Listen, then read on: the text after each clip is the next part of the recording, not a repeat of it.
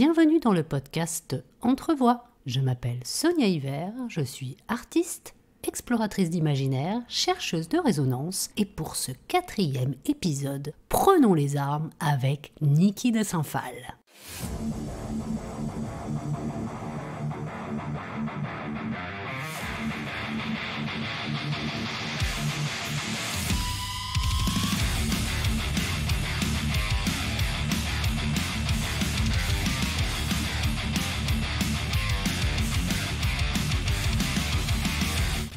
Niki de Saint-Phalle est une artiste franco-américaine née en 1930.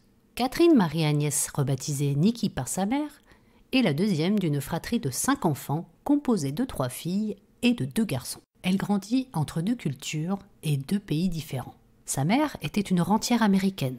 Son père, quant à lui, était banquier et directeur de la filiale new-yorkaise qui a subi le krach boursier de 1929. À noter que son enfance fut affectée par un père infidèle et incestueux et malmené par une mère détachée et mystérieuse.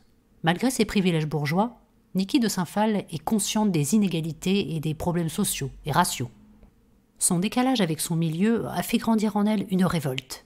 Elle fut d'ailleurs renvoyée des différentes écoles religieuses qu'elle fréquentait. Guidée par ses modèles, Niki de Saint-Phalle veut devenir une héroïne, prendre le pouvoir, pour survivre et surtout vivre libre et ne pas être enfermée dans un rôle prédestiné et limité par les normes et les règles. Et pour ce faire, Niki de Saint-Phalle joue de ses atouts, dont celui de sa beauté et de son attrait pour les vêtements et chapeaux les plus audacieux et extravagants. Elle est repérée à ses 17 ans par une agence et fut mannequin jusqu'à ses 25 ans, posant pour de grands magazines tels que Vogue ou Life Magazine. Cédant à l'insistance de sa mère, Niki de Saint-Phalle se maria à 18 ans à l'écrivain Harry Matthews avec qui elle aura 2 enfants, Laura, née en 1951, et Philippe, né en 1955. Elle peint ses premiers tableaux, cherchant à échapper à ce rôle de femme docile et de mère imposée. Rappelons qu'au début des années 1960, les femmes sont majoritairement au foyer. Elles doivent avoir l'autorisation de leur mari pour travailler et pour avoir un compte bancaire. De plus, l'absence de moyens de contraception demeurait un frein dans le choix de vie et de la liberté des femmes.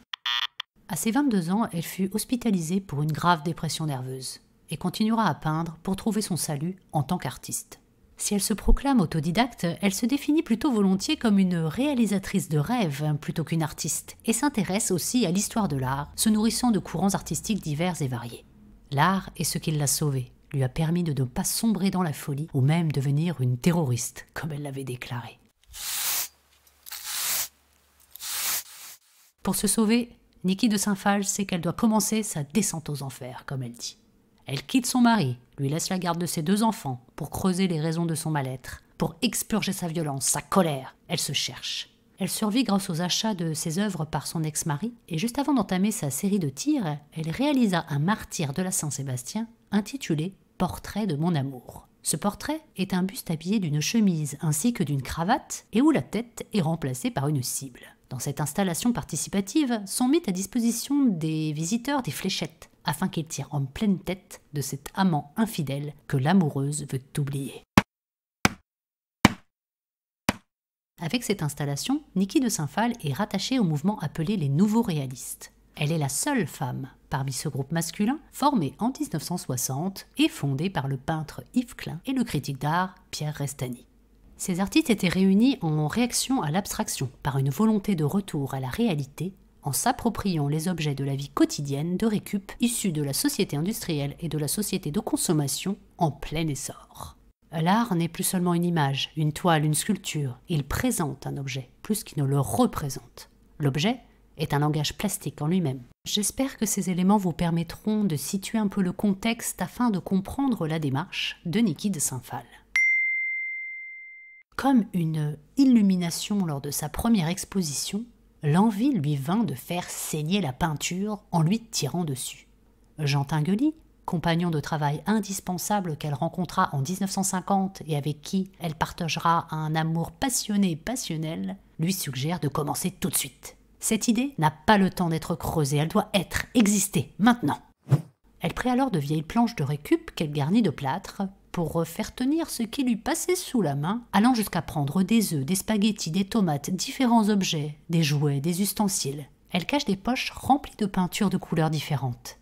Ces bas-reliefs composés de différents matériaux pauvres et hétéroclites, sont ce qu'on appelle des combine paintings, qui associent les pratiques artistiques traditionnelles et les fragments d'objets de la vie quotidienne. Niki de Saint-Phal prépare ses cibles, sélectionne ses victimes et ses proies, qu'elle emprisonne dans ce qu'elle appelle ses autels, qu'elle recouvre de peinture blanche jusqu'à l'obsession d'un blanc pur et vierge, pour une mise à mort encore plus violente. Et pour finir, il lui fallait trouver une arme, qu'elle alla emprunter à un forain pas très serein, propriétaire d'un stand de tir. Petite parenthèse, dans la culture américaine, les armes sont signes de liberté. Le droit de posséder et porter une arme à feu est garanti par le 2e amendement de la Constitution des États-Unis dans le but d'assurer la défense de ses biens et de sa famille, de se préserver d'un éventuel gouvernement tyrannique et pour participer à la défense de l'État contre une agression étrangère. Remis régulièrement en question, particulièrement lors de tueries de masse, son autorisation reste défendue par la NRA, une organisation pro-armes et un puissant lobby auprès des élus qui compte pas loin de 5 millions de membres. J'imaginais la peinture se mettant à saigner, blessée dans la manière dont les gens peuvent être blessés. Pour moi, la peinture devenait une personne avec des sentiments et des sensations, déclarait l'artiste. Son pinceau, c'est la carabine. La peinture, elle l'explose. Les poches qui éclatent laissent échapper la couleur qui dégouline, tels les drapings de l'artiste expressionniste américain Jackson Pollock. Dans cette performance, l'art est un jeu à prendre au sérieux. Tirer est permis, pour s'amuser. Au début, Niki de Saint-Phal est restée spectatrice de cet art en train de se faire, laissant les autres prendre l'arme, n'assumant pas elle-même son acte. Et cette performance, sous forme d'assassinat sans victime, radical, chargé d'affect, est autant une création exaltante que destruction violente, à la fois mise à mort et naissance. Sa performance choque en France, car toucher à la peinture est un acte de provocation. Mais l'époque est à la révolte et à la remise en question. Imaginez des individus à la fois intrigués et exaltés qui se succèdent pour participer à des tirs en plein milieu d'un champ désaffecté au cœur du 15e arrondissement de Paris, et ce, sans être inquiétés. Si la mise en place du tir ressemble à un rituel, les mises en scène se voulaient spectaculaires. La fumée du gaz lacrymogène augmentait le tragique d'un champ de guerre. Rappelons à ce propos que nous sommes en pleine guerre d'Algérie. La renommée de la peintre à la carabine devint internationale. Elle passe au journal télévisé de 13h en avril 1961. Sans pour avoir autant l'adhésion entière du public, des journalistes qui renvoient son travail à une pratique domestique et des critiques qui lui reprochaient de faire reculer les avances de l'art de ces 30 dernières années. Mais Niki de Saint-Phal sait manier les mots comme des armes de défense et d'attaque. Féminine, féministe, elle donne un point de vue avant-gardiste et pionnier avant même le mouvement de libération des femmes. Car sa performance a une dimension personnelle, esthétique et aussi politique. Élégante et extravagante, elle n'est pas la femme douce et fragile, ces supposées qualités que l'on attribue souvent à la femme. On la voit parfois vêtue d'une combinaison et de bottes noires, comme un soldat napoléonien. Niki de Saint-Phal est sur le front, pour se battre, pour elle, pour les femmes, contre la société, contre la guerre, contre les injustices, contre le patriarcat. Partout, de tout temps, en tout lieu, le masculin est considéré comme supérieur au féminin, comme le pointait régulièrement la si regrettée Françoise Héritier, première ethnologue et anthropologue française. Selon Françoise Héritier, la femme n'a eu de cesse d'être infantilisée, rabaissée, amoindrie, dominée, reléguée aux tâches subalternes, ne pouvant être à l'égal de l'homme. Niki de Saint-Phal s'avère avoir été une femme engagée, qui cherchait à déconstruire de manière symbolique ces mécanismes qui maintenaient l'homme dans une position de pouvoir inégalitaire. Mais comme vous le savez toutes et tous, en dépit des changements et avancées majeures, des pas restent encore à faire pour atteindre cette égalité entre les hommes et les femmes.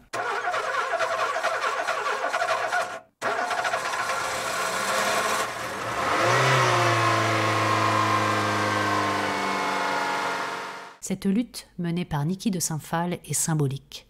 La carabine est par là même un symbole phallique que Niki de Saint-Phal s'approprie pour être à l'égal de l'homme.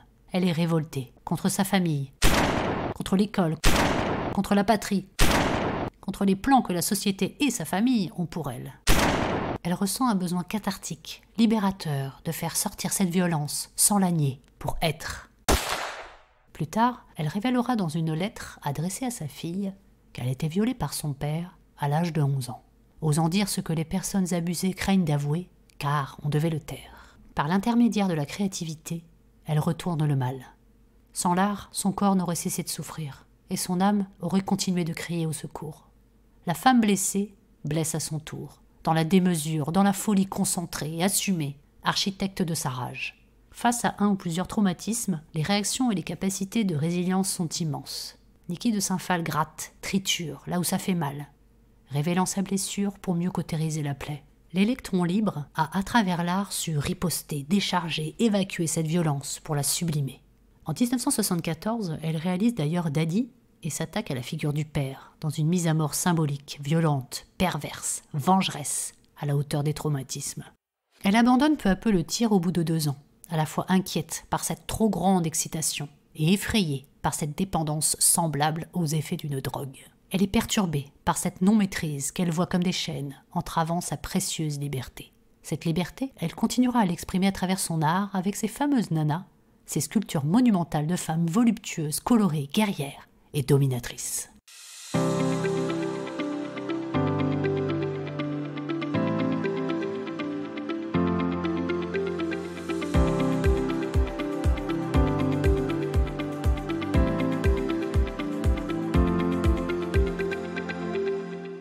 Pour accompagner en musique les tirs de Niki de Saint-Phalle, je vous propose une chanson de la regrettée compositrice, autrice et interprète Anne Sylvestre, et plus particulièrement sa chanson « Juste une femme », composée en 2013 suite à l'affaire Dominique Strauss-Kahn. Je vous en lis quelques mots. Petite crasse, il y peut rien s'ils ont des seins. Quoi? Il n'est pas un assassin. Il veut seulement apprécier ce que la nature met sous son nez. Et c'est pas grave, c'est juste une femme. C'est juste une femme à saloper. Juste une femme à dévaluer. La puissance de ses mots, son sens de la dérision, sa finesse d'esprit, sont les armes avec lesquelles Anne Sylvestre a lutté toute sa vie pour défendre entre autres la cause et les droits des femmes. Et pour finir, pour évoquer le côté que je trouve un peu punk chez Niki de Saint-Phalle, je vous suggère la chanson Cherry Bomb du groupe The Runaways, qui devient le premier groupe de rock féminin à atteindre le sommet des charts. Elle a été composée en 1976 par Joan Jett et Kim Fowley. Du haut de ses 16 ans, l'interprète frondeuse Cherie Currie, en bustier et porte-jartel, chante, crie et fait exploser sa rébellion et sa révolte à coups de Cherry Bomb, une célèbre marque de pétard à mèche dont la forme rappelle celle d'une cerise.